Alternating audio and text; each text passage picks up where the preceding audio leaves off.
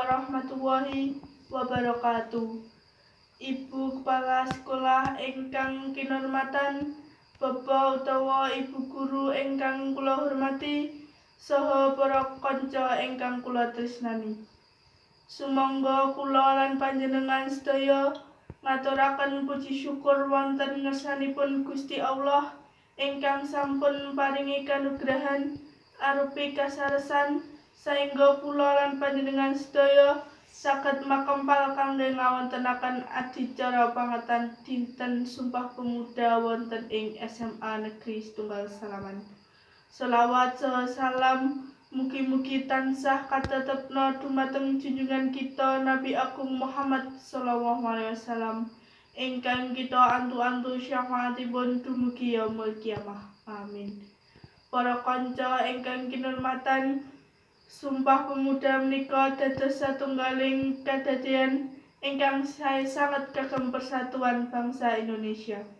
Kados sejarah ingkang kaserat bilih Sumpah Pemuda menika satunggaling peristiwa ageng ingkang kadadéan ing tanggal 28 Oktober 1828. Mila saking menika dinten Senin tanggal 28 Oktober 2019 kula lan panjenengan sedaya saged mangerteni satunggaling peristiwa sejarah nun inggih dinten Sumpah Pemuda. Ewondene isi saking Sumpah Pemuda menika kanthi basa Indonesia mekaten. 1. Kami putra dan putri Indonesia mengakui bertumpah darah satu tanah air Indonesia. 2. Kami putra dan putri Indonesia mengakui berbangsa satu bangsa Indonesia. 3. Kami putra dan putri Indonesia menjunjung bahasa persatuan bahasa Indonesia. Saking isi Sumpah Pemuda menika saged kita sedaya tingali bilih persatuan saha perjuangan bangsa Indonesia.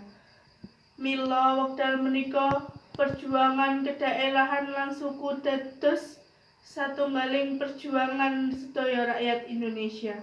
Sinaosa Indonesia menika negara kepulauan ananging sami anggadhahi sikap persatuan ugi kesatuan nun inggih kados menapa ingkang kaucap wonten ing isi Sumpah Pemuda. Sasanesipun isi Sumpah Pemuda menika saged nuwuhaken sikap gotong royong antar sesami, ngajaraken apa sing dikarepake tiyang sanes, matuhi aturan kang enten, boten bedak-bedake kanca lan ngurmati pahlawan kang sampun gugur rumiyin. Bapak utawa Ibu ingkang kinurmatan saha para kanca ingkang kula tresnani. Isi saking Sumpah Pemuda menika wajib kita lestarikaken lan kita amalaken kangge mujudaken pangarep-arep cita-cita kamardikan urip kan makmur, adil lan sejahtera. Kangge kita para pelajar, kita wajib semangat lan mempeng anggenipun sinau. Lan kangge pemuda, kita ugi kedah semangat saha sae anggenipun nyambet damel kangge ngisi pembangunan bangsa. Bapak utawa Ibu lan para kanca cekap semanten ingkang saged kula aturaken. Mugi-mugi dados panganget lan introspeksi diri kangge kita sedaya. Mbok bilih wonten lepat anggen kula matur ugi salah bawa ingkang kirang trapsila, kula nyuwun agunging samudra pangsami. Nuwun. Wassalamualaikum warahmatullahi wabarakatuh.